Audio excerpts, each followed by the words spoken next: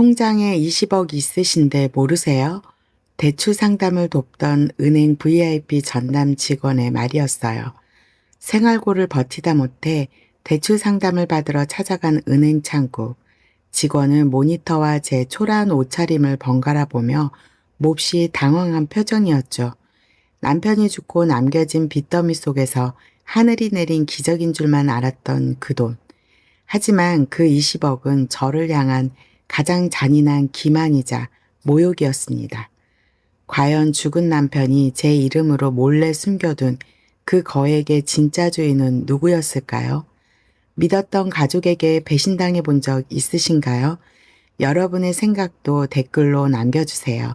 오늘 사연 시작합니다. 저는 대형마트 캐셔와 야간 식당 일을 전전하며 중학생 아들과 초등학생 딸을 키우고 있는 42살 엄마입니다. 남편이 세상을 떠난 지 벌써 3년, 아이들을 굶기지 않으려 하루하루 뼈가 부서져라 일하며 빚과 생활고를 버텨내는 중이었죠. 남편과는 대학 시절 봉사 동아리에서 처음 만났습니다. 12년의 결혼 생활 동안 남편은 늘 자신보다 남을 먼저 챙겼고 제 가난한 처지를 편견 없이 다정하게 감싸주던 따뜻한 사람이었어요. 아이들에게도 천사 같은 아빠였죠. 하지만 그 다정함이 저를 철저한 방패막이로 쓰기 위한 완벽한 가면이었다는 사실을 그때는 꿈에도 알지 못했습니다. 모든 불행의 시작은 야간 아르바이트를 마치고 돌아온 어느 피곤한 새벽 남편이 남기고 간 낡은 가계부 다이어리를 무심코 펼쳐본 그날부터였어요.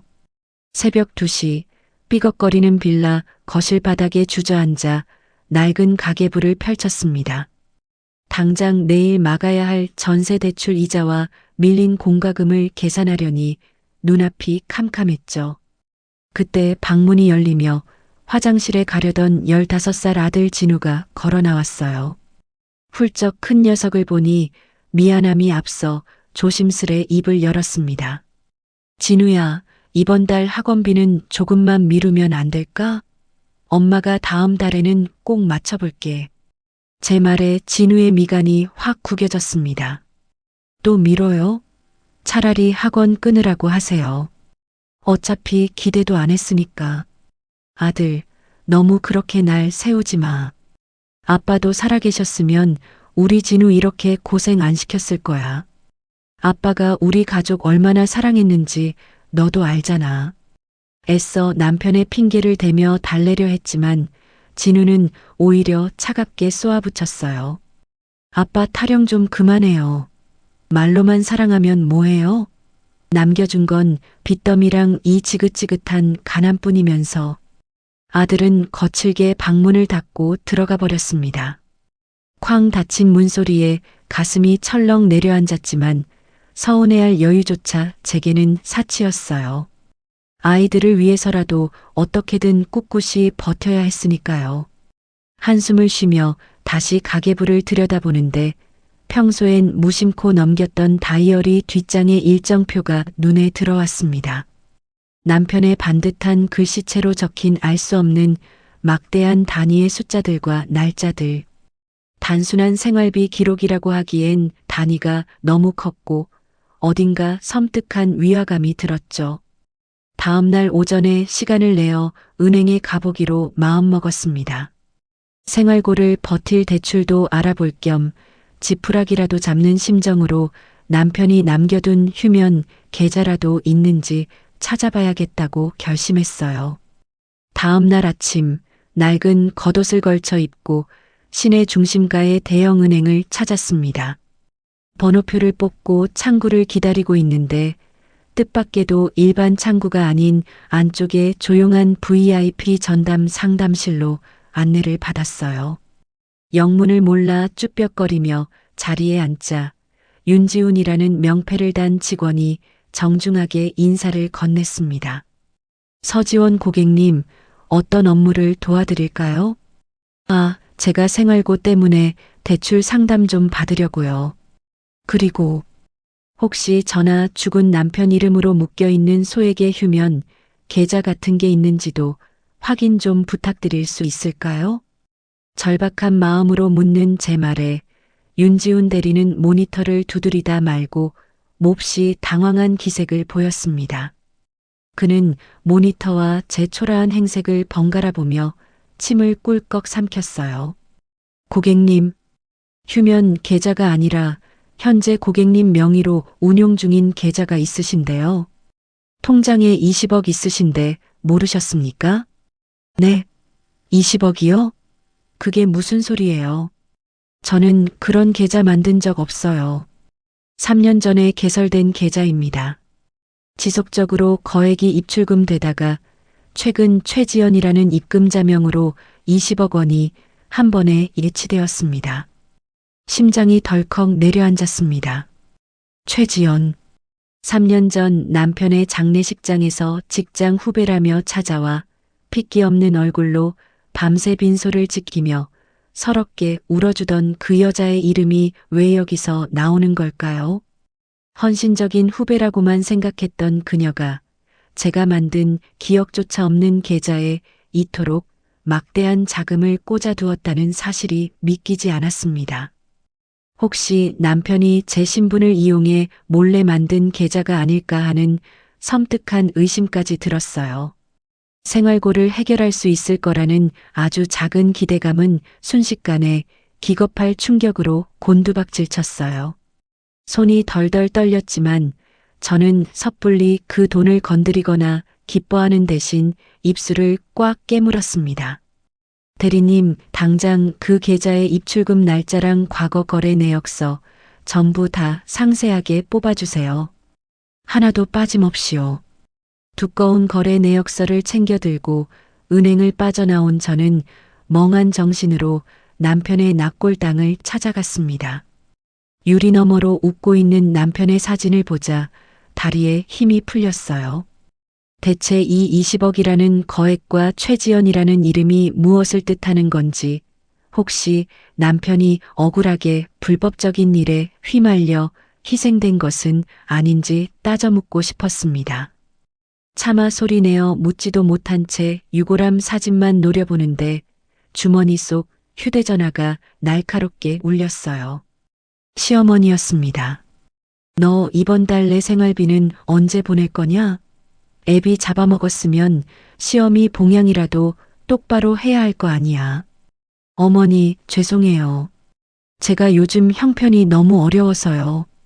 그런데 혹시 애들 아빠가 남긴 뭐, 그놈이 남긴 유산이라도 있을까봐 헛꿈꾸니? 그런 거 땡전 한 푼 없으니까 헛소리 말고 생활비나 빨리 보내. 체념하고 애들이나 잘 키우란 말이다. 시어머니는 평소와 달리 묘하게 여유로운 목소리로 서둘러 전화를 끊어버렸습니다. 이상했어요. 늘 돈이 없다며 앓는 소리를 달고 살던 양반이 제가 겪는 가난에 대해서는 조금도 걱정하지 않는 눈치였습니다. 무언가 엄청난 비밀을 숨긴 채 저를 기만하고 있다는 서늘한 정황이 피부로 느껴졌죠. 혼란 속에서 남편이 억울한 피해자일 것이라는 굳건했던 믿음에 서서히 금이 가기 시작했습니다. 시어머니의 수상한 태도는 제 의심에 불을 지폈어요. 저는 남편을 향한 맹목적인 눈물을 거두고 몸을 일으켰습니다. 집으로 돌아가 남편의 다이어리와 이 은행 내역서를 꼼꼼히 대조해 봐야겠다고 결심했죠. 아이들이 모두 잠든 깊은 밤, 저는 비좁은 주방의 식탁 등에 불을 켜고 앉았습니다. 숨소리조차 내기 조심스러운 고요함 속에서 남편의 낡은 가계부 다이어리와 오늘 은행에서 뽑아온 거래 내역서를 나란히 펼쳤어요. 남편이 남긴 암호의 실체를 내 손으로 직접 해독해야만 했습니다. 형광펜을 들고 다이어리에 적힌 날짜와 내역서의 입출금 날짜를 하나씩 짚어가며 대조하기 시작했어요. 11월 12일, 5천만 원. 완벽하게 일치했습니다. 숫자는 금액이었고 날짜는 수상한 거액이 움직인 날과 정확히 겹쳤어요. 그리고 제 심장을 가장 잔인하게 후벼 판 것은 다이어리 곳곳에 적힌 제이라는 이니셜이었습니다. 제이와 함께 출장, 제이 1박. 그 날짜들은 하나같이 남편이 회사에 급한 일이 생겼다며 외박을 하거나 모처럼의 가족여행을 당일 아침에 취소했던 바로 그날들과 소름 돋게 맞아떨어졌습니다. 최지연이라는 이름과 제이라는 이니셜, 남편의 수상한 외박 날짜와 거액의 자금 이동이 한꺼번에 겹치자 끔찍한 의심이 머릿속을 파고들었습니다. 혹시 남편이 최지연과 단순한 직장 동료 이상의 관계였고 제 이름으로 된 이 계좌 역시 두 사람과 관련된 불법적인 돈을 숨기는데 이용된 것은 아닐까? 아직 확실한 증거는 없었지만 가족을 위한 헌신이라 믿었던 지난 12년의 세월이 흔들리기 시작했어요. 3년 동안 죽은 남편을 그리워하며 눈물 지었던 제 자신이 너무나도 처참하게 느껴졌습니다. 애틋했던 그리움은 어느새 걷잡을 수 없는 배신감과 뼈에 사무치는 모멸감으로 뒤바뀌어 저를 덮쳤죠. 하지만 저는 어두운 주방 구석에 주저앉아 오열하지 않았습니다. 그 수상한 20억이 찍힌 거래 내역서를 꽉 움켜쥐었어요. 이 막대한 돈이 도대체 어떤 목적을 가지고 내 이름 뒤에 숨겨져 있는 건지, 최지영과 시댁 식구들은 지금 어떻게 살면서 나를 조롱하고 있는 건지 직접 파헤쳐야 했습니다. 다음 날 아침 저는 시어머니가 머물고 있다는 교회의 최고급 실버타운으로 향했어요. 입구부터 보안 요원이 출입을 통제하는 웅장한 건물이었습니다. 화려한 샹들리에가 눈부시게 빛나는 대리석 로비 한가운데 서서 멍하니 주변을 둘러보았어요. 저와 아이들은 매달 전세 대출이자 몇만 원에 쩔쩔매며 고기 한 번 제대로 구워 먹지 못했습니다. 그런 끔찍한 가난 속에서 허덕이는 동안 늘 돈이 없다며 앓는 소리를 하던 시어머니는 이 궁궐 같은 곳에서 안락한 노후를 즐기고 있었어요. 곧이어 한껏 치장한 시어머니가 불편한 기색을 숨기지 못하며 나타났습니다. 머리부터 발끝까지 값비싼 명품으로 도배한 모습에 헛웃음이 났어요. 저는 다짜고짜 가방에서 20억이 찍힌 통장 내역서와 남편의 낡은 다이어리를 꺼내 테이블 위로 들이밀었습니다. 어머니, 이거 다 알고 계셨어요? 애들 아빠가 제 이름 도용해서 최지연이라는 여자랑 비자금 세탁한 거, 그리고 그 여자가 어머니 여기 모신 거 맞냐고요. 시어머니의 얼굴이 순식간에 사색이 되며 굳어졌습니다. 하지만 당황함은 아주 찰나였고 이내 싸늘하게 저를 흘겨보며 목소리를 높였어요. 내가 지금 무슨 헛소리를 하는지 모르겠다. 여기는 도윤이 친구 태경이가 불쌍하다며 알아봐 준 곳이다. 어디서 죽은 아들 핑계로 돈 냄새 맡고 쳐들어와서 행패야? 태경 씨가 무슨 수로 이 비싼 곳을 돕습니까? 다 알고 묵인하신 거잖아요. 진우랑 진아가 그 좁고 낡은 빌라에서 곰팡이 냄새 맡고 살 때 어머니는 그 불륜녀 돈으로 호의호식하셨던 거냐고요. 제 목소리가 로비에 울려 퍼지자 주변 사람들의 시선이 쏠렸습니다. 시어머니는 체면이 깎이는 것을 참지 못하고 다급히 보안 요원을 불렀어요. 당장 이 미친년 좀 끌어내요. 어디 교양 없이 여기서 행패야. 다시는 얼씬도 못하게 해. 보안 요원들에게 쫓겨나듯 밖으로 밀려나며 저는 차가운 바닥에 주저앉았습니다. 시어머니는 이미 모든 진실을 알면서도 돈을 선택했고 유가족인 저희의 처절한 가난을 철저히 방관해 왔다는 사실이 뼛속까지 시리게 파고들었어요. 피가 거꾸로 솟는 참담함에 주먹을 꽉 쥐었습니다.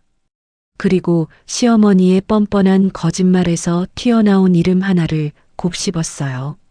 남편의 절친이자 대형 회계사무소 대표인 이태경. 그자가 이 거대한 자금 세탁에 깊이 개입되어 있음이 분명했습니다. 흙먼지가 묻은 옷을 털어낼 새도 없이 저는 곧바로 이태경이 운영하는 대형 회계사무소를 찾아갔어요. 강남 한복판에 자리한 번듯한 빌딩 꼭대기층, 이태경의 화려한 대표실 문을 열어젖혔습니다. 마호가니 책상 뒤에 앉아 서류를 검토하던 이태경은 초라한 제 몰골을 보고 불쾌한 듯 미간을 찌푸렸어요. 저는 아무 말 없이 20억이 찍힌 통장 내역서와 다이어리 사본을 그의 책상 위에 거칠게 던졌습니다. 태경 씨 회계사잖아. 도윤이가 최지연이랑 4명의 도용해서 20억 세탁한 거 당신이 뒤에서 봐준 작품입니까? 이태경은 책상 위로 흩어진 서류들을 흘끗 훑어보았습니다. 처음엔 눈동자가 흔들리며 발뺌하려는 듯 했지만 내역서에 찍힌 20억이라는 숫자와 날짜를 확인하더니 이내 비열한 웃음을 흘렸어요. 서지원 씨, 눈치가 참 없으시네. 도윤이가 왜 그 큰 돈을 하필 당신 명의로 묶어뒀겠습니까? 어차피 당신이랑 애들 버리고 지연이랑 새 출발하려던 놈입니다. 당신 같은 무지렁이는 평생 은행 시스템 문턱도 못 넘을 테니까 가장 완벽하고 안전한 금고로 쓴 겁니다. 뭐라고요? 당신이 그러고도 도윤이 친구야? 어떻게 죽은 친구 가족을 이렇게 짓밟아? 이태경은 의자에 등을 깊숙이 기대며 저를 벌레 보듯 위아래로 훑어보았습니다. 핏대 세우지 마십시오. 어차피 당신은 그 돈 절대 못 꺼냅니다. 그게 어떤 돈인지 알고 함부로 손을 댑니까? 억울하면 내가 옛 정을 생각해서 적선하는 셈 치고 몇천 떼어줄 테니까 입 다물고 애들 학원비나 쓰십시오. 눈앞에 무거운 명패를 들어 그의 비열한 얼굴에 집어 던지고 싶은 충동이 일었습니다. 참을 수 없는 모멸감이 전신을 휘감았어요. 하지만 이태경이 제 명의로 된 계좌를 마음대로 통제할 수 있다고 믿는 그 오만한 조롱을 듣는 순간 역설적으로 제 머릿속은 아주 차갑고 냉철하게 이성이 깨어나는 것을 느꼈습니다.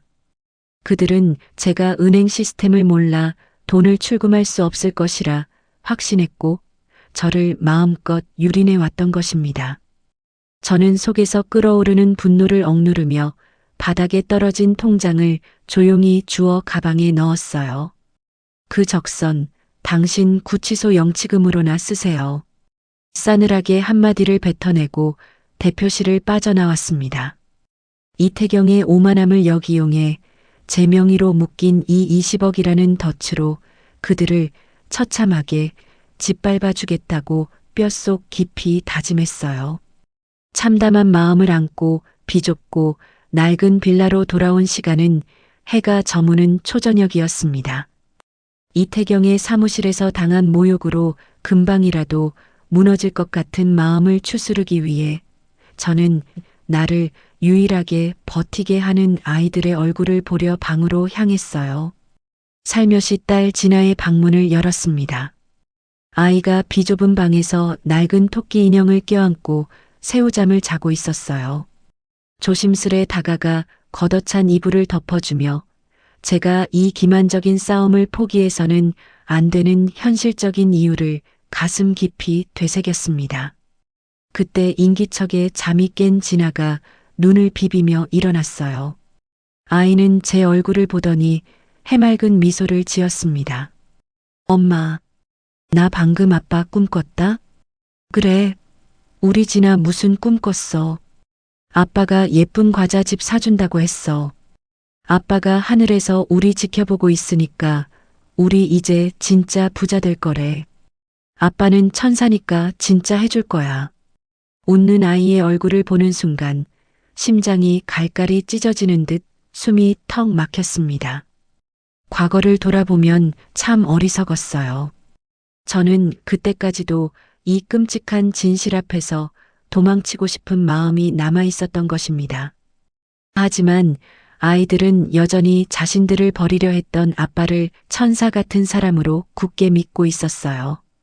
이 거짓된 환상이 지금은 아이들에게 유일한 위안이겠지만 결국 언젠가는 지독한 독이 되어 아이들의 영혼을 파괴할 것이라는 씁쓸한 현실이 저를 덮쳤습니다. 그 순간 아이들의 환상을 지켜주기 위해 조용히 돈의 일부만 챙겨 도망치려던 제 안의 얄팍한 두려움은 완전히 산산조각 났습니다. 아이들을 기만한 남편과 그 일당에 대한 혐오감은 그들이 이룩한 완벽한 삶을 모조리 파괴해버리겠다는 날카로운 적개심으로 변했어요. 이 돈의 실소유주인 최지연을 정면으로 겨냥해 그들의 더러운 명예와 안위를 완벽하게 빼앗아버리기로 결심했습니다.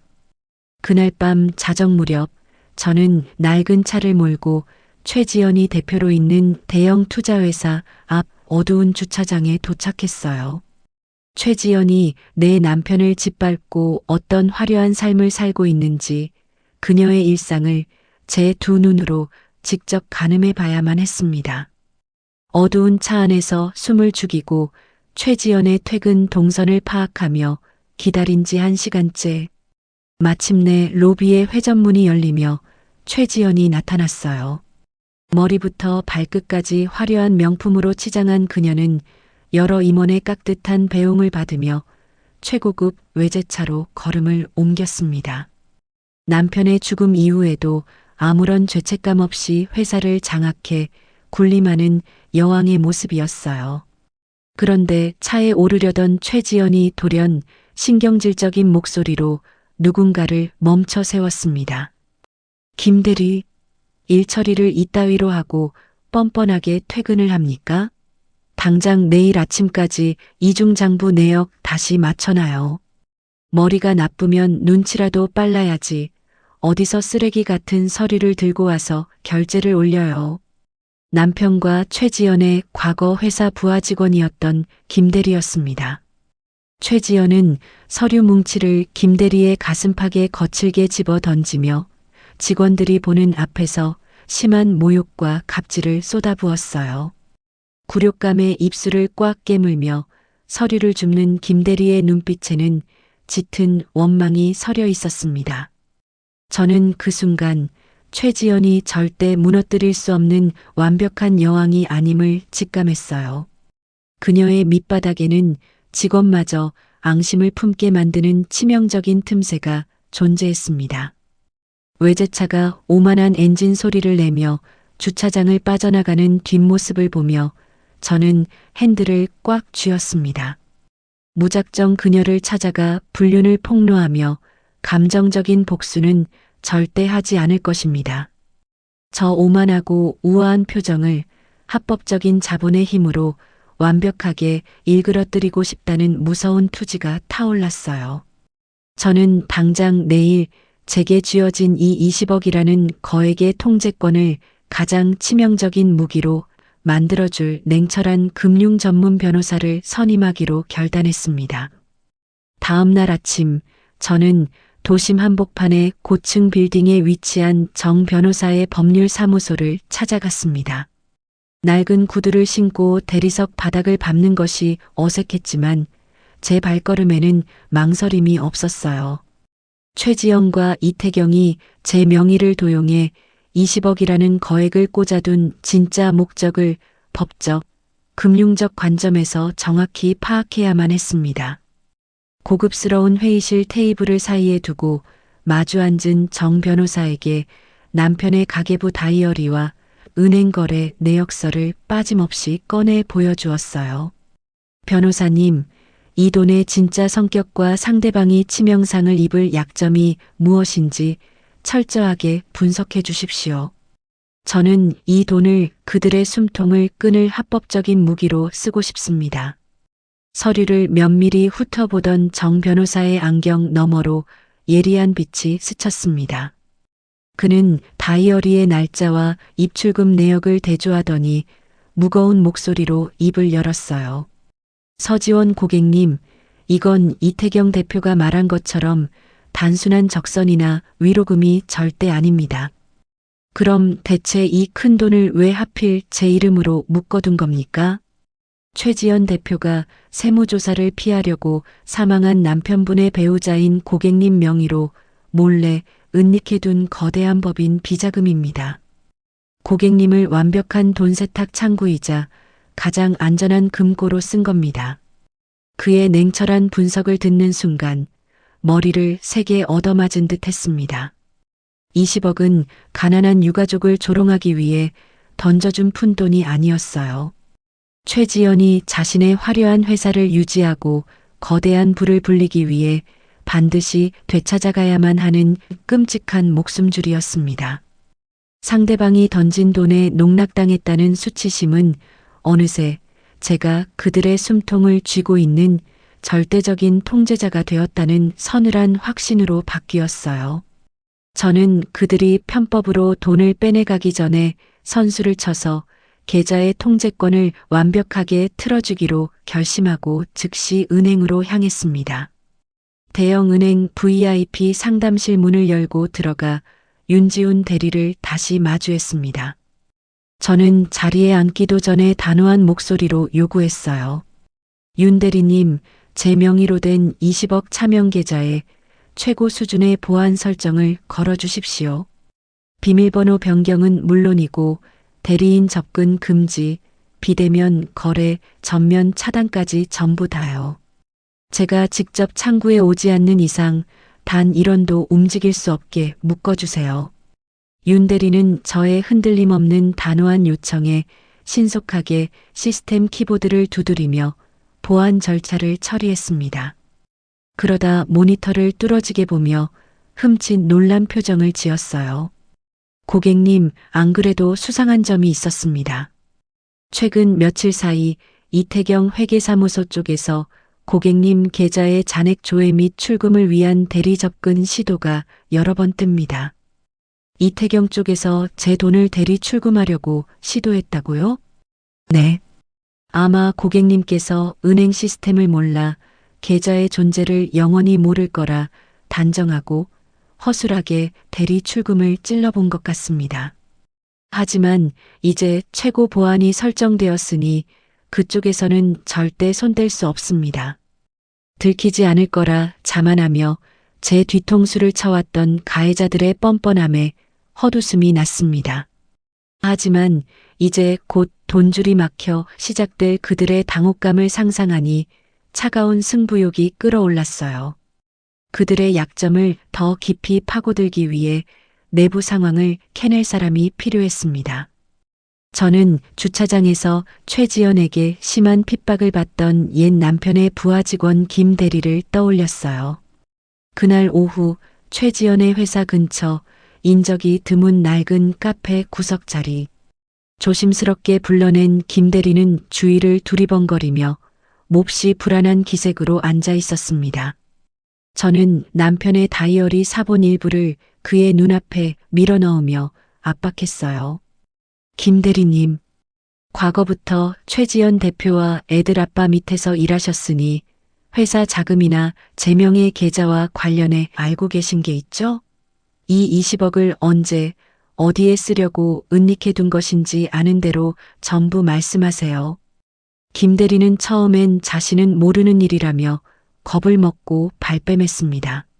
하지만 제가 들이민 남편의 다이어리와 이미 드러난 수상한 자금 흐름, 평소 최지연의 끔찍한 갑질에 질려있던 현실 사이에서 심하게 흔들리는 눈치였어요.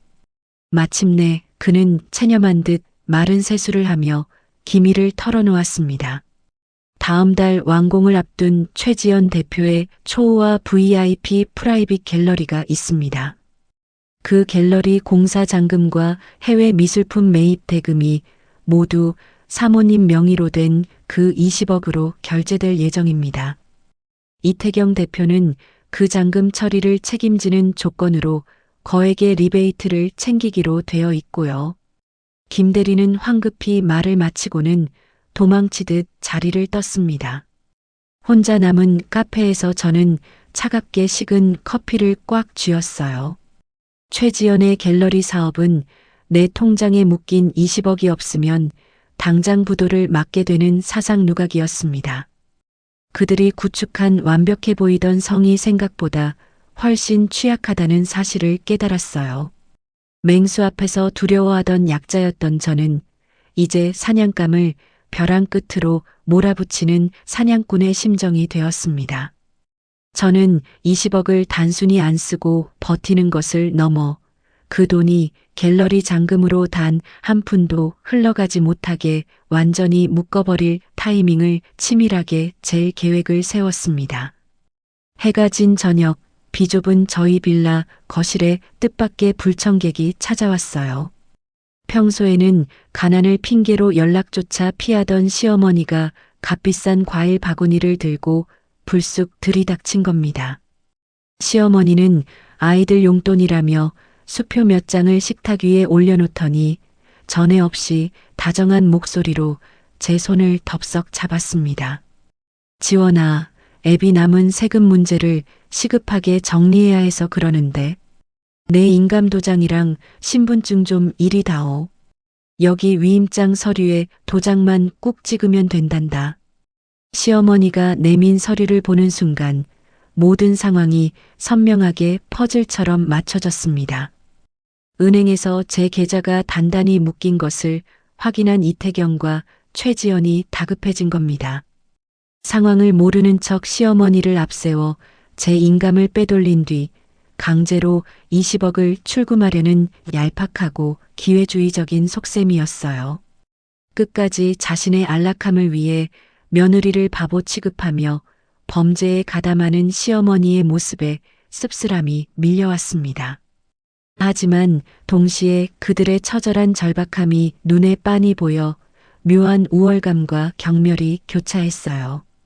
어머니, 세금 정리는 제가 알아서 하겠습니다. 저는 속아 넘어가는 척 도장을 찾으러 가는 대신 시어머니가 내민 위임장을 그 자리에서 반으로 찢어버렸습니다. 너 지금 미쳤어? 이게 무슨 짓이야? 다시는 이 집에 찾아오지 마세요. 어머니가 당장 최지연에게 가서 똑똑히 전하세요. 내 이름으로 묶인 돈, 단 1원도 가져갈 생각 꿈도 꾸지 말라고요. 사색이 된 시어머니를 차갑게 현관 밖으로 밀어내고 문을 굳게 닫았습니다. 현관문 너머로 시어머니의 당황한 악다구니가 들려왔지만 저는 조금도 흔들리지 않았어요. 이것은 저를 철저히 기만하고 아이들의 삶을 짓밟은 자들을 향한 본격적인 전쟁의 신호탄이었습니다. 시어머니의 어설픈 인감 도둑질이 수포로 돌아가자 다급해진 쪽은 그들이었습니다. 다음 날 오전부터 제 낡은 휴대전화로 이태경의 전화가 빗발쳤어요. 저는 일부러 반나절을 넘겨서야 그가 오라는 회계사무소 1층 로비 밖으로 나갔습니다. 지난번 화려한 대표실에서 저를 벌레 보듯 오만하게 조롱하던 모습은 온데간데 없었어요. 이태경은 넥타이를 느슨하게 풀어 헤친 채 초조한 기색으로 서성이고 있었습니다. 절 본 이태경이 다짜고짜 다가와 억눌린 목소리로 으름장을 놓았어요. 서지원 씨, 대체 무슨 꿍꿍이입니까? 당장 계좌 비밀번호 풀고 보안 설정 풀어요. 제가 제 이름으로 된 통장 관리하겠다는데 회계사님이 왜 이래라 저래라 하십니까? 제 차가운 대답에 이태경의 눈과 근육이 파르르 떨렸습니다. 그는 주위를 힐끗거리더니 목소리를 낮춰 흥정하려 들었어요. 좋습니다.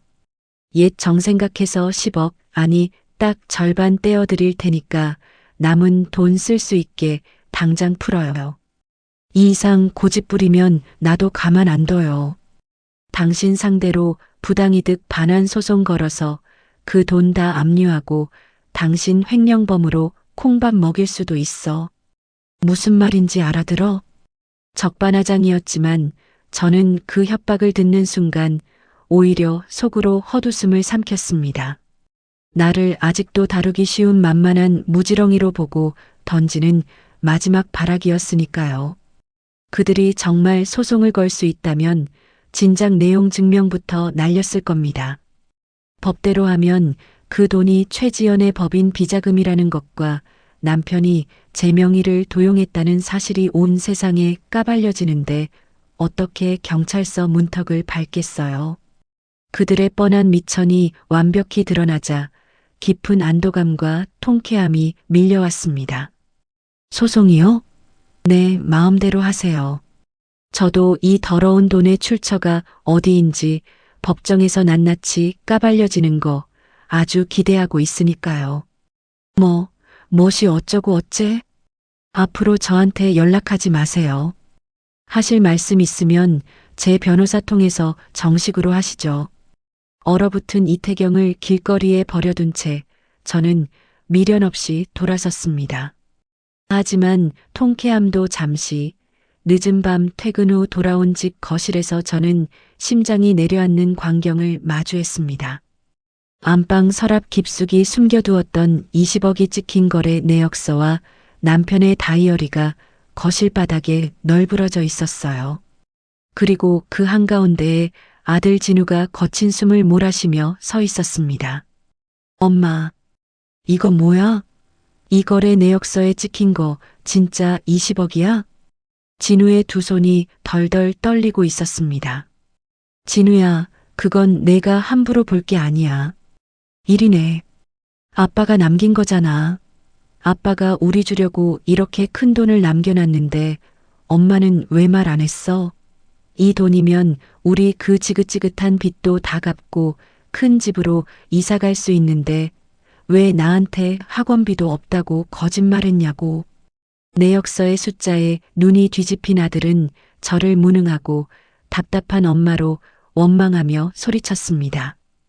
죽은 남편의 그 알량한 기만 때문에 내 아이마저 헛된 망상에 빠져 엇나가는 모습을 보니 억장이 무너져 내렸어요. 진실을 감추고 아빠에 대한 좋은 추억만 남겨주려던 제 얕은 미련이 오히려 아이에게 치명적인 독이 되고 있었습니다. 저는 널브러진 다이어리를 주워 진우의 눈앞에 펼쳤어요. 똑똑히 봐. 이건 아빠가 널 사랑해서 남긴 돈이 아니야. 우리를 버리고 다른 여자랑 새 출발하려고 엄마 이름을 훔쳐서 숨겨둔 그 여자의 더러운 돈이야. 저는 그날 밤 남편의 외도와 차명 계좌의 진실을 가감없이 모두 쏟아냈습니다. 충격을 받은 진우는 그대로 방문을 걸어 잠그고 며칠 동안 한 발짝도 나오지 않았어요. 피 말리는 며칠이 지나고 딸 진아가 잠든 늦은 밤이었습니다. 굳게 닫혀있던 진우의 방문이 열리더니 훌쩍 자란 아들이 붉어진 눈으로 주방 식탁에 다가와 앉았어요. 참혹한 진실을 감당하지 못해 엇나갈까봐 두려웠던 제 마음과 달리 진우는 조용히 제 거칠어진 손을 꽉 잡았습니다. 엄마, 미안해. 엄마 혼자 밖에서 그렇게 고생하는 줄도 모르고 나 혼자 철없이 굴었어. 진우야, 나 이제 아빠 안 찾아. 우리 아빠가 남긴 그 더러운 돈에 흔들리지 마. 그깟 돈 없어도 내가 엄마랑 진아 지킬 테니까 우리 힘으로 떳떳하게 살아. 믿었던 아빠에 대한 배신감에 눈물을 훔치면서도 아들은 삐뚤어지는 대신 저를 지키겠다며 다짐하고 있었습니다. 돈에 굴복하지 않겠다는 든든한 내 편이자 가장 강력한 지지자가 된 아들의 온기에 그동안 참고 눌러왔던 두려움이 씻은 듯이 사라졌어요. 대신 목숨을 걸고서라도 이 싸움에서 이겨 우리 가족의 존엄을 지키겠다는 뜨거운 투지가 차올랐습니다. 방어적으로 돈을 쥐고 벌벌 떠는 짓은 이제 끝낼 때가 되었어요. 다음 날 날이 밝자마자 저는 정 변호사의 법률사무소로 달려갔습니다. 가족의 지지로 마음을 굳힌 이상 머뭇거릴 이유가 없었어요. 변호사님, 최지연이 갤러리 잔금으로 이 돈을 쓸 계획이라고 했습니다. 그 여자가 돈을 되찾을 희망조차 품지 못하게 잔금 결제를 완전히 마비시켜 파산시킬 방법이 필요합니다. 제 눈빛을 본 정 변호사는 흥미롭다는 듯 서류철을 넘기며 가장 치명적인 제안을 내놓았습니다. 우선 고객님이 만든 적 없는 계좌라는 사실과 명의도용 피해를 정식으로 신고하고 이 20억의 출처가 불법 비자금으로 의심된다는 자료도 함께 제출해야 합니다. 동시에 상대방이 임의로 돈을 빼가지 못하도록 계좌의 출금 제한을 유지하면서 수사와 법원의 판단이 끝날 때까지 자금을 보전하는 절차를 밟는 겁니다. 만약 최지연이 자기 돈이라고 강제로 소송을 걸면요? 그렇다면 최지연 측도 이 돈의 출처와 소유관계를 법적으로 밝혀야 합니다. 불법적으로 조성된 비자금이라는 사실이 확인되면 마음대로 되찾아갈 수는 없죠. 고객님도 그 돈을 개인적으로 쓰지 않고 그대로 보전한 채 수사 결과와 법원의 판단에 맡기시는 게 가장 안전합니다. 내 명의를 도용한 그들의 편법을 드러내고 돈을 제멋대로 빼내지 못하도록 법적 절차 안에 묶어두는 방식이었습니다. 거대한 부와 명예를 가진 자들 앞에서 늘 고개 숙이고 위축되었던 제가 이제는 온전한 법의 테두리 안에서 그들의 목숨줄을 틀어주는 순간이었어요. 행여나 나중에 비상금으로라도 쓸 수 있지 않을까 했던 아주 작은 미련마저 남김없이 지워버렸습니다. 바로 진행해 주세요. 저는 정 변호사가 내민 명의도용 피해 신고와 자금 보전 절차에 필요한 서류의 한치의 망설임도 없이 서명했습니다. 20억이라는 거대한 자금줄을 최지연이 마음대로 가져갈 수 없도록 법적 절차 안에 묶어두는 돌이킬 수 없는 반격이 시작된 것입니다. 이제 며칠 뒤면 갤러리 잔금 결제일이 다가올 터였죠. 그 완벽하고 화려한 여왕의 성이 어떻게 무너져 내릴지 저는 서서히 목을 조이는 올가미의 끝을 단단히 움켜쥐었습니다. 며칠 뒤 오후 아르바이트를 마치고 나선 대형마트 주차장 구석이었습니다. 낡은 카트들이 널브러진 그곳에 어울리지 않는 매끄러운 검은색 세단 한 대가 미끄러지듯 멈춰 섰어요. 뒷좌석 문이 열리고 선글라스를 낀 최지연이 꼿꼿한 걸음으로 걸어 나왔습니다. 제 명의의 20억이 법적 보전 절차에 들어가 마음대로 빼낼 수 없게 됐다는 사실을 확인하고 다급해진 그녀가 직접 저를 찾아온 것이죠. 서지원 씨, 퇴근길이 고단해 보이네요. 그녀는 애써 예의 바른 척 미소를 지었지만 짙은 화장으로도 초조한 기색을 다 가리지는 못했습니다. 우리 어른답게 협상하죠. 어차피 그 돈 당신이 쓸 수도 없는 거잖아요. 당장 변호사한테 연락해서 그 돈 묶어둔 절차 취소하세요. 그럼 내 개인 돈으로 5억 당신 통장에 깔끔하게 얹어드릴게.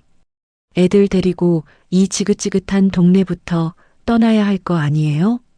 예전 같았으면 그깟 5억이라는 거액의 유혹에 손발이 떨렸을지 모릅니다.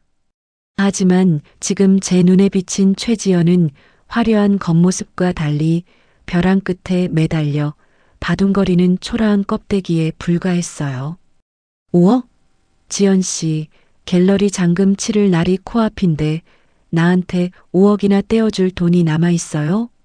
제 입에서 나온 갤러리 잔금이라는 단어에 최지연의 얼굴이 딱딱하게 굳어졌습니다. 너 내가 그걸 어떻게 해? 그쪽이 남의 이름 도용해서 비자금 세탁할 때 나도 내 통장에 꽂힌 돈이 어디로 흘러갈지 정도는 알아봤죠. 잔금 못 치르면 투자자들한테 사기죄로 고소당하고 파산할 텐데 5억으로 입막음이 될 거라 생각했어요? 오만하게 뻗어있던 최지연의 턱이 분노로 파르르 떨렸습니다. 이 천박한 게 어디서 주워들은 걸로 나대. 당장 그 돈 내놔. 안 그러면 너랑 내 새끼들 평생 쥐도 새도 모르게 짓밟아 줄 테니까. 발악하는 그녀의 목소리가 텅 빈 주차장에 흉하게 메아리쳤어요.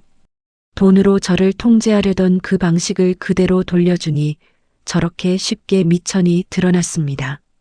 화려한 외양 뒤에 숨겨진 비참한 민낯을 직접 확인하자 과거 그녀에게 느꼈던 위축감은 사라지고 완벽한 우월감과 서늘한 복수의 쾌감이 온몸을 감쌌어요. 최지연을 이대로 확실히 말려 죽이려면 그녀의 가장 든든한 조력자인 이태경부터 완벽하게 떼어내 고립시켜야 했습니다. 그날 저녁 저는 시내의 한적한 비즈니스 호텔 로비 라운지로 향했습니다.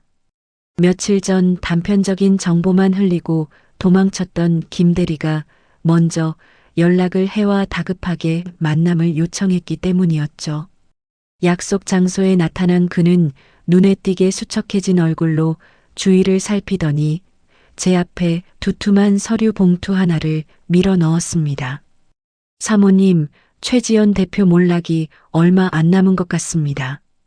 회사 자금줄이 막히니까 아주 미쳐 날뛰고 있어요.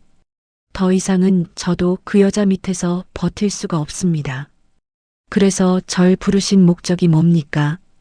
제가 쓸만한 물증이라도 가져오셨나요? 김 대리는 마른 입을 축이더니 떨리는 목소리로 속삭였습니다. 이태경 회계사가 갤러리 공사 대금을 부풀려서 뒷돈으로 챙긴 이중 장부 사본입니다.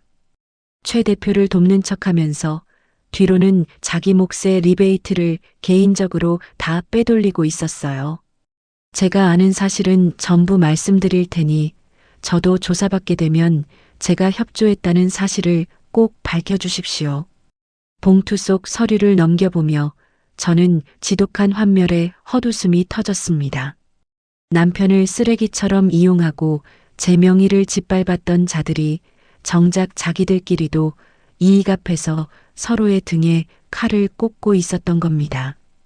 이 역겨운 관계를 제 손으로 단숨에 끊어내겠다는 결심이 더욱 날카롭게 벼려졌어요. 저는 김 대리가 자발적으로 넘긴 이 장부를 무기로 삼아 즉시 이태경을 압박할 계획을 세웠습니다. 다음 날 점심시간 저는 이태경을 제가 지정한 허름한 기사식당 구석 자리로 불러냈습니다. 최고급 레스토랑만 다니던 그에게는 비계 섞인 돼지 불백 냄새가 진동하는 이 공간 자체가 끔찍한 기선제압이었을 겁니다. 맞춤 정장을 입고 인상을 찌푸리며 앉은 그는 불쾌감을 조금도 숨기지 않았어요. 서지원 씨, 사람을 왜 이런 기사식당으로 부립니까? 드디어 돈 묶어둔 거 풀고 합의할 마음이 생기셨나 보죠? 저는 대답 대신 가방에서 이중 장부 사본을 꺼내 그의 밥그릇 옆에 툭 던졌습니다. 최지연 씨 갤러리 공사 대금 꽤 많이 부풀리셨던데요. 리베이트 챙긴 내역이 아주 꼼꼼하게 정리되어 있던데. 서류를 집어든 이태경의 표정이 순식간에 사색이 되었습니다. 오만하게 꼬고 있던 다리가 풀리고 그의 이마에 식은 땀이 맺히기 시작했어요. 이거 어디서 났어? 서지원 씨, 이거 오해입니다. 내가 설명할 수. 당장 최지연 갤러리 사업에서 손 떼고 빠지세요. 그 여자와 얽힌 모든 일에서 완벽하게 발 빼지 않으면 오늘 오후에 이 서류 금융감독원이랑 경찰서에 싹 다 넘기겠습니다. 회계사 자격 박탈당하고 감옥 가기 싫으면 선택하세요. 한때 저를 거지 취급하며 조롱했던 대형 회계사무소 대표는 식당 바닥에 무릎을 꿇을 기세로 엎드렸습니다. 살려주십시오. 나만 살려주시면 그 여자 약점 전부 다 넘기겠습니다. 지연이가 며칠 뒤에 투자자들 모아놓고 가짜 VIP 오픈 행사를 엽니다. 거기서 무리하게 추가 투자받아서 잔금 구멍 난 거 메꿀 작정이에요. 자신의 안위를 위해 동업자를 단숨에 팔아넘기는 비굴한 모습. 통쾌함보다 이런 하찮은 자들의 소나기에 휘둘리며 눈물지었던 제 시간이 억울해 쓴웃음이 났습니다. 저는 그의 비굴한 제안을 수용하는 척하며 그를 철저한 방관자로 묶어두었어요. 그리고 며칠 뒤 열릴 가짜 VIP 행사를 그녀의 무덤으로 만들 결정적인 디데이로 설정했습니다. 자정이 가까운 시각, 지친 몸을 이끌고 낡은 빌라 앞 골목에 들어섰을 때였습니다. 가로등 밑 어둠 속에 웅크리고 있던 누군가가 허겁지겁 제게 달려왔어요. 지원아, 어미 좀 살려다오. 퇴근길 집 앞에 진을 치고 기다리던 시어머니였습니다. 20억 자금줄이 법적 절차로 막히자 가장 먼저 시어머니에 대한 지원금부터 끊겨버린 것이죠. 어머니, 지난번 인감 도둑질로는 성에 안 차셨나 보죠? 내가 다 잘못했다. 지연이 그년이 당장 실버타운 방 빼라고 난리도 아니란다. 나 길바닥에 나앉게 생겼어. 진우랑 진아 생각해서라도 내가 그 돈 좀 풀어달라고 해서 어미 방 하나만 얻어다오. 인감을 훔치려던 행동은 잊은 듯 손주들 핑계까지 대며 바지춤을 붙잡고 통곡했습니다. 방관의 대가로 콩고물을 주워 먹던 시어머니는 이제 돌아갈 곳도 의지할 곳도 없이 완벽하게 버려진 겁니다. 하지만 제 마음에는 일말의 동정심마저 증발한 지 오래였어요. 제가 싸늘한 눈빛으로 바지춤을 떼어내고 냉정하게 돌아서자 시어머니는 금세 본색을 드러냈습니다. 이 독한 년, 남편 잡아먹은 년이 시어미까지 내치고 무사할 줄 알아? 며느리 도리도 모르는 짐승 같은 년. 끝까지 자신의 안위만을 챙기며 패악질을 부리는 모습에 완벽한 무관심과 경멸만이 남았습니다. 당장 정 변호사에게 연락해 시어머니의 반복되는 연락과 접근을 법적으로 제한할 수 있는 방법이 있는지 알아봐야겠다고 마음먹었어요. 저는 골목을 울리는 저주를 등진 채 뒤도 돌아보지 않고 굳게 닫힌 현관문을 열었습니다. 다음 날 낮 저는 제가 야간에 매니저로 일하는 식당 사장님의 다급한 전화를 받고 급히 시내로 나갔습니다. 가게 앞은 이미 아수라장이었어요. 검은 정장을 입은 덩치 큰 용역들과 번듯한 양복을 입은 변호사가 가게 입구를 막아서고 식당 집기를 함부로 들쑤시며 위화감을 조성하고 있었습니다. 사장님, 이게 무슨 일이에요? 서 매니저, 이게 대체 다 뭐야? 저 사람들이 갑자기 들이닥쳐서 서 매니저 해고 안 하면 우리 가게 영업정지 시켜버리겠다고 난리를 치잖아. 최지연이 보낸 사람들이었습니다. 이태경의 배신으로 궁지에 몰리자 이성을 잃고 합법적인 선을 넘어 제 일상과 생존 자체를 물리적으로 파괴하려 든 겁니다. 저는 덜덜 떨리는 다리에 힘을 주고 변호사를 향해 소리쳤어요. 당장 나가요. 당신들 영업 방해로 다 고소할 테니까. 서지원 씨, 최 대표님이 전해달랍니다. 쥐새끼처럼 숨어서 주제넘게 굴지 말고 당장 그 돈 묶어둔 법적 절차부터 풀라고요. 안 그러면 내일은 마트, 모레는 애들 학교로 찾아갈 테니까. 비열한 협박이었습니다. 평소 저를 아끼던 사장님마저 가게가 망할까 두려워 사색이 되었어요. 사장님은 제 손을 붙잡고 눈물을 머금은 채 통보했습니다. 서 매니저, 정말 미안한데 당분간 우리 가게 나오지 말아줘. 내 피 같은 가게 망하는 꼴은 못 봐. 그동안 고생했어. 당장 내일의 생계가 막막해졌다는 현실적인 공포가 덮쳤습니다. 제 밥줄을 끊어 굴복시키려는 상대의 잔혹함에 뼈가 시릴 정도의 분노가 치밀었어요. 하지만 저는 두려워하며 무너지는 대신 그 자리에서 정 변호사에게 전화를 걸었습니다. 용역들의 난동과 영업방해 증거를 모조리 사진으로 찍어 남기며 최지연을 압박할 형사고소 카드를 악착같이 준비했어요. 식당에서 쫓겨나듯 나온 직후 제 머릿속을 스친 것은 애들 학교로 찾아가겠다던 변호사의 협박이었습니다. 심장이 미친 듯이 뛰었어요. 저는 택시를 잡아 타고 초등학교 앞 하굣길로 정신없이 달려갔습니다. 교문 앞 멀리 낯선 고급차 한 대가 세워져 있었고 그 조수석 창문으로 누군가 진아에게 말을 걸고 있는 모습이 보였습니다. 최지연이었어요. 진아, 안 돼. 저는 짐승 같은 비명을 지르며 달려가 진아를 제 품으로 끌어당겼습니다. 차창 너머로 최지연이 여유로운 척 기괴한 미소를 지으며 앉아 있었어요. 아줌마가 무슨 짓이야? 내 몸에 털끝 하나라도 건드리면 널 죽여버릴 줄 알아. 제 악다구니의 최지연은 코웃음을 쳤습니다. 그리고 제 품에 안겨 겁에 질린 진아를 향해 독설을 내뱉었어요. 진아라 그랬지? 내 아빠 너희 엄마 버리고 나랑 예쁜 갤러리 짓고 살려고 했어. 그런데 너희 엄마가 아빠 돈 다 훔쳐가서 너희들 이렇게 거지처럼 살게 만드는 거야. 아빠가 남긴 돈 당장 내놓으라고 엄마한테 때 좀 써보렴. 당장 입 닥쳐. 최지연은 조롱하듯 창문을 올리고 차를 몰아 사라졌습니다. 저는 길바닥에 주저앉아 귀를 막고 우는 진아를 꽉 끌어안았어요. 세상에서 가장 보호하고 싶었던 딸의 귓가에 남편의 더러운 진실이 잔인하게 꽂히는 순간이었습니다. 억장이 무너지는 고통과 함께 제가 시작한 이 끔찍한 싸움이 결국 애들을 다치게 한다는 지독한 죄책감에 휩싸였어요.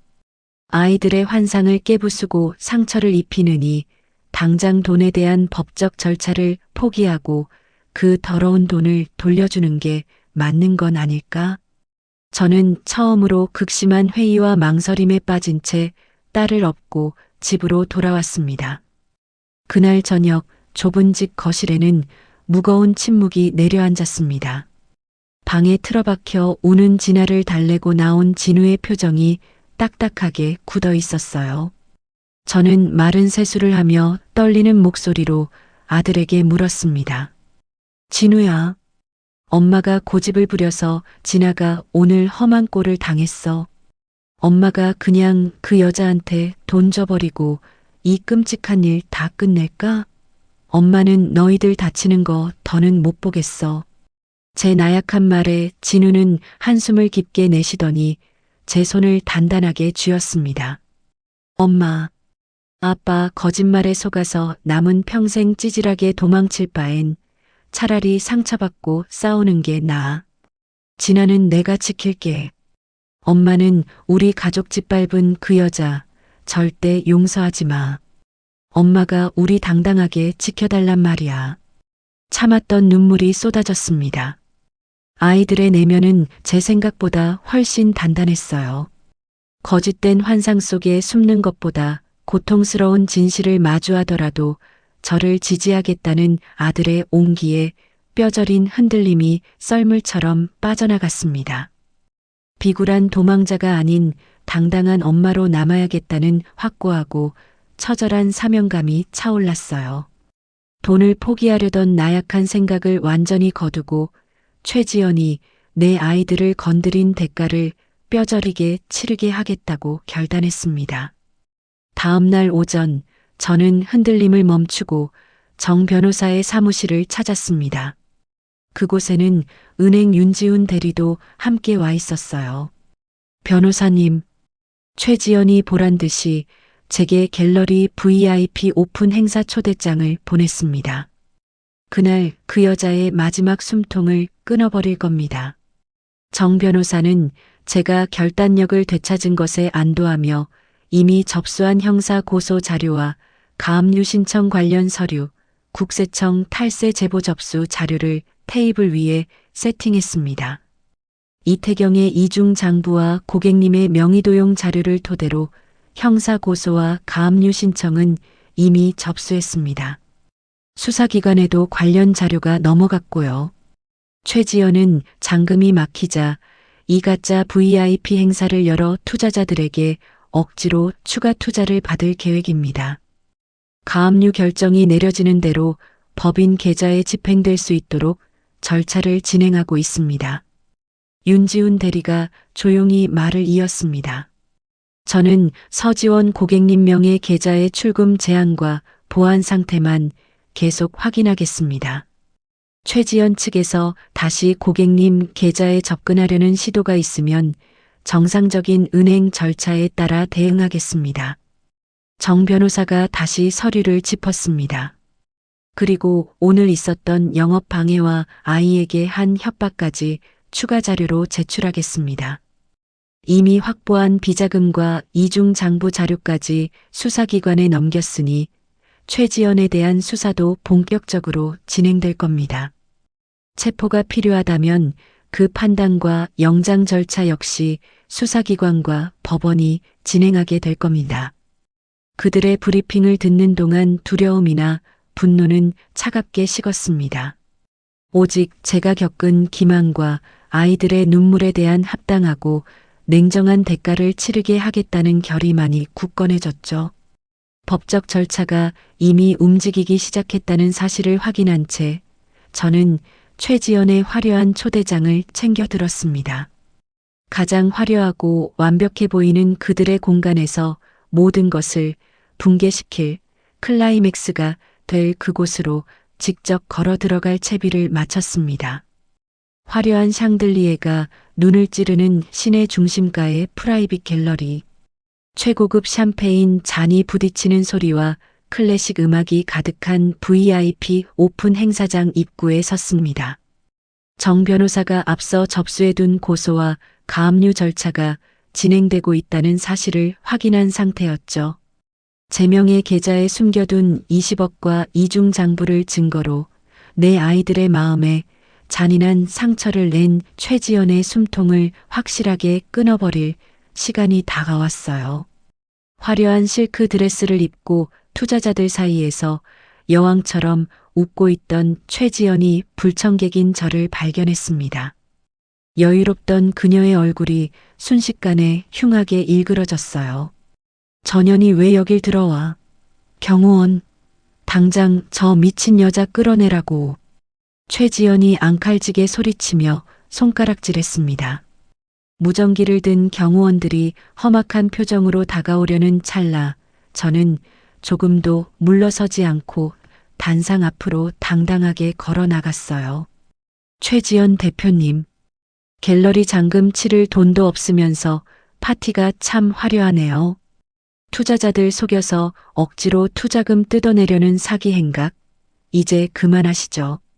제 이름으로 숨겨뒀던 당신 비자금 20억, 이제 당신 마음대로 단 1원도 빼갈 수 없으니까요.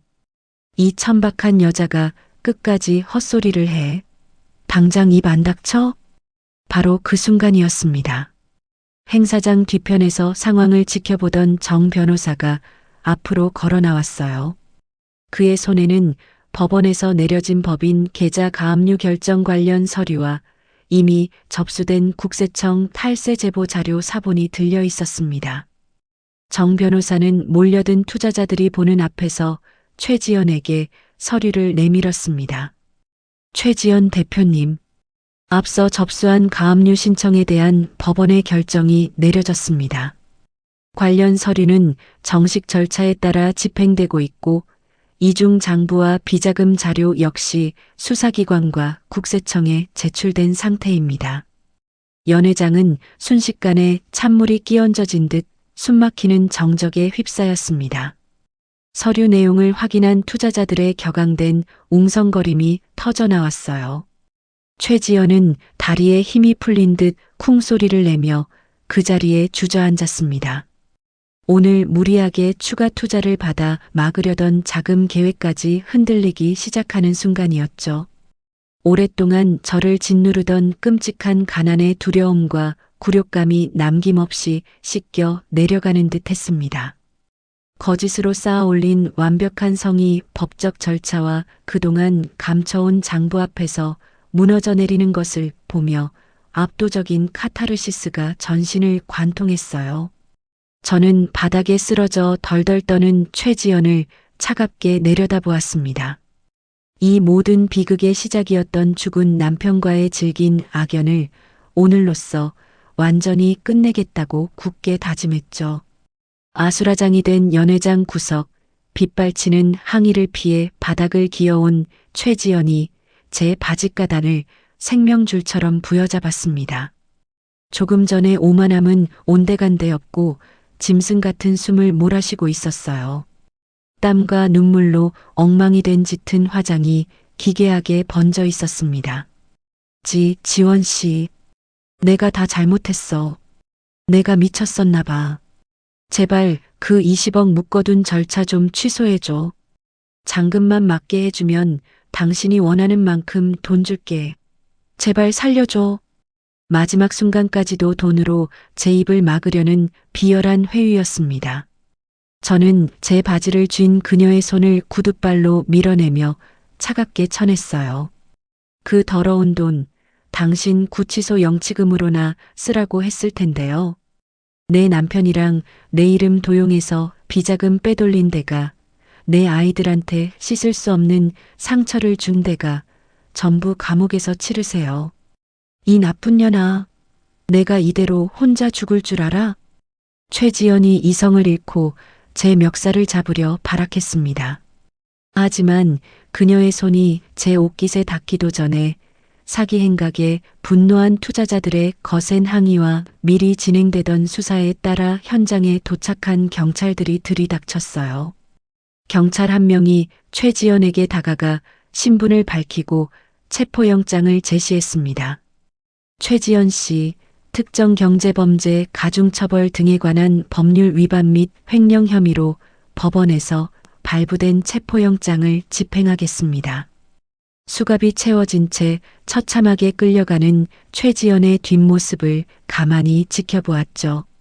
그녀를 가장 가까이서 돕던 이태경마저 자신의 이중 장부가 넘어간 것을 알고 일찌감치 잠적해버린 뒤였습니다. 하지만 이태경 역시 제출된 장부와 자금 자료를 토대로 수사 대상에 올라 있었습니다. 최지연을 지탱하던 모든 방어막이 모래성처럼 허무하게 부서졌어요. 악역의 처참한 몰락을 눈앞에서 확인하자 일시적인 통쾌함이 밀려왔지만 그것도 잠시였습니다. 이 거대한 사기극의 공범이었던 죽은 남편의 빈자리가 떠오르자 가슴 한구석에서 지독한 허탈감과 씁쓸함이 차갑게 번졌어요. 더 이상 이 화려하고 역겨운 지옥에 머물 이유가 없었죠. 저는 저를 향해 쏟아지는 시선들을 뒤로 한 채 묵묵히 행사장 문을 열고 밖으로 걸어 나왔습니다. 모든 소동이 끝나고 늦은 밤이 되어서야 익숙하고 비좁은 빌라 골목에 들어섰습니다. 무거운 발걸음으로 현관문을 열자 자지 않고 거실에 나란히 앉아있던 진우와 진아가 벌떡 일어났어요. 아이들의 얼굴을 보는 순간 빳빳하게 얼어붙었던 긴장이 탁 풀리며 다리가 휘청거렸습니다. 진우가 재빨리 다가와 제 어깨를 단단하게 부축했어요. 진우야, 진아야. 이제 다 끝났어. 너희 아빠가 남겼던 거짓말도 우리를 괴롭히던 사람들도 더는 안 찾아올 거야. 엄마가 다 끝냈어. 상처받고 엇나갈까봐 밤낮으로 애태웠던 제 걱정과 달리 아이들은 결과나 그 거액의 돈에 대해 아무것도 캐묻지 않더군요. 오히려 상처받은 제 굳은 얼굴을 보더니 말없이 다가와 제 허리를 꼭 끌어안았어요. 엄마 고생했어. 우리한테는 그런 더러운 돈 하나도 안 필요해. 그냥 우리 셋이서 지금처럼 당당하게 잘 살면 되잖아. 아들의 덤덤한 위로에 그만 참고 있던 눈물이 왈칵 쏟아졌습니다. 아빠의 거짓된 환상에서 스스로 벗어난 아이들은 저의 상처와 희생을 깊이 이해하는 단단한 존재로 훌쩍 자라 있었어요. 만약 그때 돈의 유혹에 굴복했더라면 저 맑고 단단한 믿음을 영영 잃어버렸을지도 모릅니다. 복수를 마친 뒤 몰려왔던 지독한 공허함이 두 아이의 따뜻한 체온 덕분에 남김없이 씻겨 내려갔어요. 깊은 안도감과 눈물겨운 온기가 좁은 거실을 가득 채웠습니다. 저는 두 아이의 등을 쓸어내리며 생각했어요. 과거의 배신이나 잃어버린 시간에 얽매여 억울해하지 않겠다고요. 저를 든든하게 지탱해준 이 아이들과 함께 온전한 새 삶의 닻을 올리겠다고 굳게 다짐했죠. 몇 달 뒤 저는 정 변호사의 법률사무소에 마주 앉아 있었습니다. 그동안 이어진 수사와 세무법적 절차의 결과를 확인하고 묶여있던 20억 차명 계좌의 최종 향방을 서류상으로 정리하기 위해서였어요. 변호사님, 국세청 고발이랑 계좌 압류는 어떻게 마무리되었습니까? 그동안 저를 믿고 도와주셔서 정말 감사합니다. 제가 고개를 숙이자 정 변호사는 옅은 미소를 지으며 서류 뭉치를 제 앞으로 내밀었습니다. 감사 인사는 제가 받아야죠. 그동안 수사와 금융 자료 확인을 거쳐 서지원 고객님의 명예의 도용 피해 사실이 법적으로 완벽하게 입증되어 모든 방어가 끝났습니다. 보전되어 있던 20억 비자금은 수사와 세무 절차를 거쳐 범죄 관련 자금으로 확인됐고 법원의 결정과 국세청 처분에 따라 전액 환수 절차가 마무리되었습니다. 그 돈이 제게는 단 한 푼도 남지 않고 깨끗하게 다 사라진 거군요. 네, 그렇습니다. 꽤 큰 돈이었는데 조금 아쉽지는 않으십니까? 아니요. 전혀 아쉽지 않습니다. 제 단호하고 평온한 대답에 정 변호사도 말없이 고개를 끄덕였습니다. 거래 내역서에 찍혀 저를 옥죄던 그 더러운 20억 원은 제 삶에서 완전히 사라져버렸지만 오히려 그 명확한 사실이 제 이름과 삶에 묻어있던 오물을 완벽하게 씻어내 주었어요. 헛된 횡재나 남의 썩은 돈에 기대지 않고 제 스스로 그 지독한 족쇄를 끊어냈다는 완벽한 홀가분함이 밀려왔습니다. 가난에 짓눌려 살아온 지난 세월이 무겁지 않았다면 거짓말이겠지만 이제는 누구의 그림자도 아닌 온전한 제 삶을 되찾았다는 묵직한 자부심이 가슴을 채웠어요. 20억이라는 비현실적인 숫자가 주었던 얄팍한 미련도 가해자들을 향한 두려움도 완전히 털어냈습니다. 정 변호사의 사무실 문을 열고 밖으로 나서자 따뜻한 봄 햇살이 얼굴 위로 쏟아졌어요. 이제부터는 순수한 제 땀과 노동의 대가만으로 우리 가족의 밥상을 채우겠다는 가장 정직한 자립 계획을 세우며 가벼운 발걸음을 내디뎠습니다. 한 달이라는 시간이 훌쩍 지났습니다. 저는 변두리 주택가에 자리한 작고 허름한 상가 건물 1층 부동산에 앉아 있었어요. 평생 남의 시선을 보며 전전긍긍하던 아르바이트 생활을 청산하고 마침내 제 분식집을 임대하기 위해 계약서를 쓰는 날이었습니다. 그동안 마트에서 일하며 모아둔 돈에 소액 창업 대출을 보태 겨우 마련한 작은 가게였어요. 서지원 사장님, 여기 임차인 란에 서명하시고 도장 꼭 찍으시면 됩니다. 중개인 아저씨가 붉은 인주를 묻힌 도장을 제게 건넸습니다.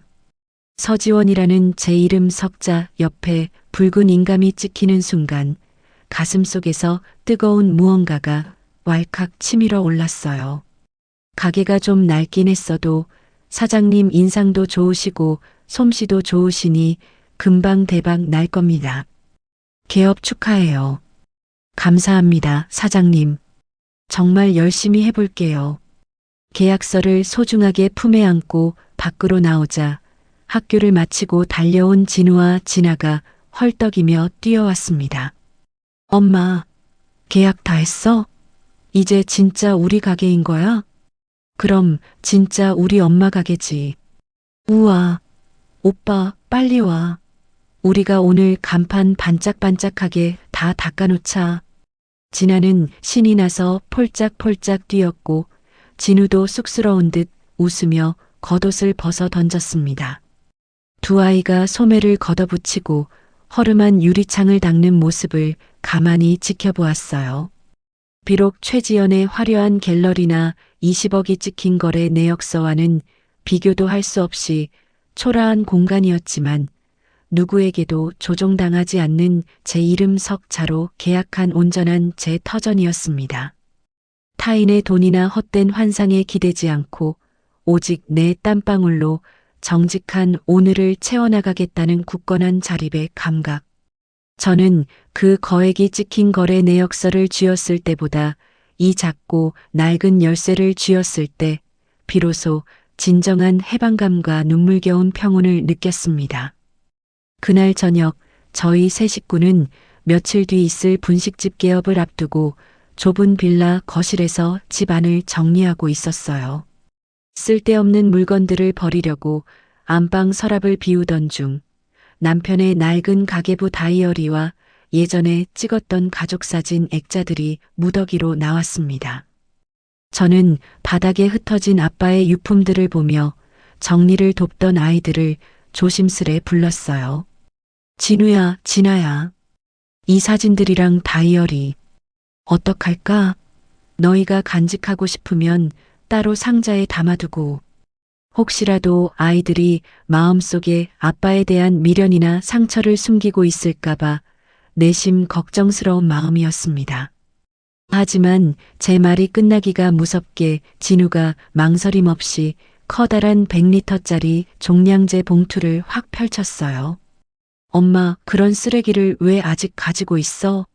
줘봐. 내가 다 버릴게. 오빠, 나도 거들게. 진아 역시 미련 없이 남편의 가족사진과 다이어리를 거침없이 쓰레기 봉투 안으로 쓸어 담았습니다. 엄마, 우리 가게 열면 셋이서 사진관 가서 예쁘게 가족사진 새로 찍자. 그리고 우리 가게 제일 잘 보이는 데에 걸어두자. 알았지? 배시시 웃는 진아의 얼굴을 보며 저를 짓누르던 마음의 짐이 완벽하게 날아가는 것을 느꼈습니다. 기만으로 가득 찼던 아빠라는 존재는 아이들의 마음속에서 완전히 폐기된 지 오래였어요. 억지로 그 빈자리를 채우려 애쓰지 않아도 서로를 끔찍이 아끼는 우리 세 사람만으로 이미 완벽하고 단단한 진짜 가족이 되어 있었습니다.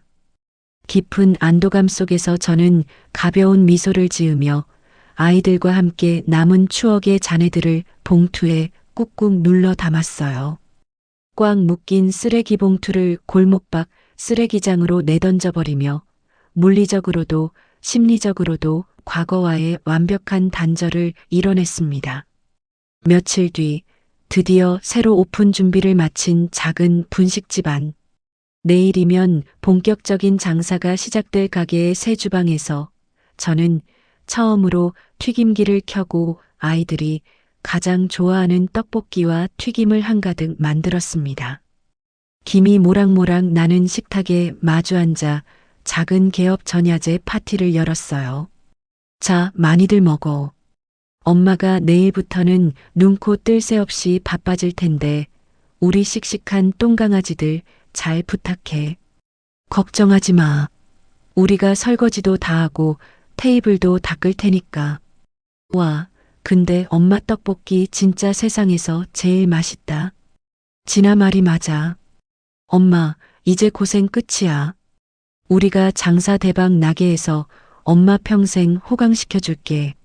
입가에 빨간 양념을 잔뜩 묻힌 채 활짝 웃는 아이들의 든든한 다짐을 들으며 저는 가만히 두 아이의 손을 맞잡았습니다.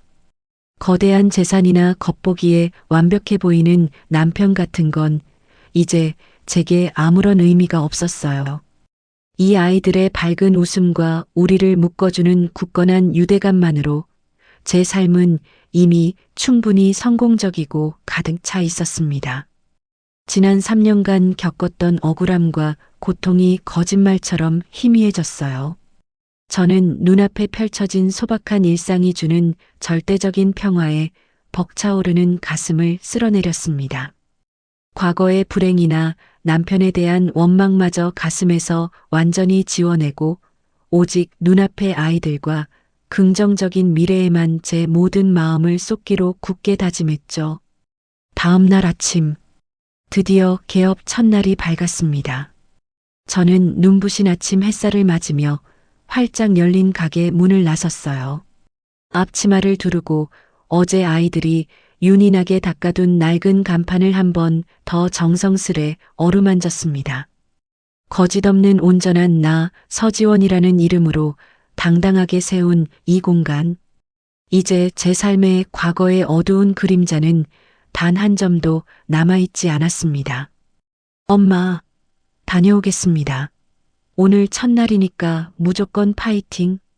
저 멀리 등굣길에 나선 진우와 진아가 뒤를 돌아보며 크게 손을 흔들고 있었습니다. 저 역시 아이들을 향해 세상에서 가장 맑고 환한 웃음을 지으며 손을 흔들어 주었어요. 그때 가게 유리문이 딸랑하고 기분 좋은 소리를 내며 열렸습니다. 아유, 떡볶이 냄새가 너무 좋네. 애들 학교 보내고 출출해서 왔는데 1인분 포장되죠? 네.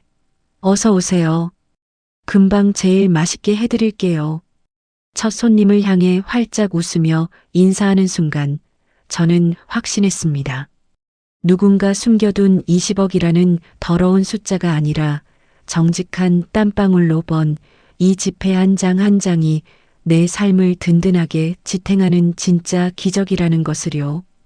오랜 시련과 폭풍우를 뚫고 마침내 찾아온 눈부신 아침 속에서 더 이상 누구에게도 기대거나 속지 않겠습니다. 저는 든든한 두 아이와 함께 세상에서 가장 단단하고 찬란하게 빛날 우리의 진짜 내일을 향해 힘차고 당당하게 첫걸음을 내디뎠습니다. 가짜로 쌓아 올린 20억의 화려함보다 내 땀방울로 정직하게 번 10,000원짜리 한 장이 얼마나 귀하고 눈부신지 저는 이제야 알게 되었습니다. 제 이름 석자로 당당하게 계약한 이 작은 가게에서 저는 두 아이와 함께 세상에서 가장 든든하고 따뜻한 행복을 끓여내며 살아가고 있어요. 상처가 아물기까지 참 많이 울고 흔들렸지만 지나고 보니 그 고통마저 저와 아이들을 더 단단하게 묶어준 고마운 훈장이 되었습니다.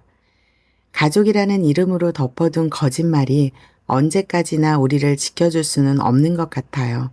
여러분의 삶에도 혹시 외면하고 싶은 진실이나 껍데기뿐인 환상이 여러분을 힘들게 하고 있지는 않나요? 때로는 다치고 뼈 아프더라도 그 진실을 용기 있게 마주할 때 비로소 내 삶의 진짜 주인 될 수 있다는 걸 잊지 않으셨으면 좋겠습니다. 오늘 제 사연은 여기까지입니다. 긴 이야기 끝까지 들어주셔서 감사합니다.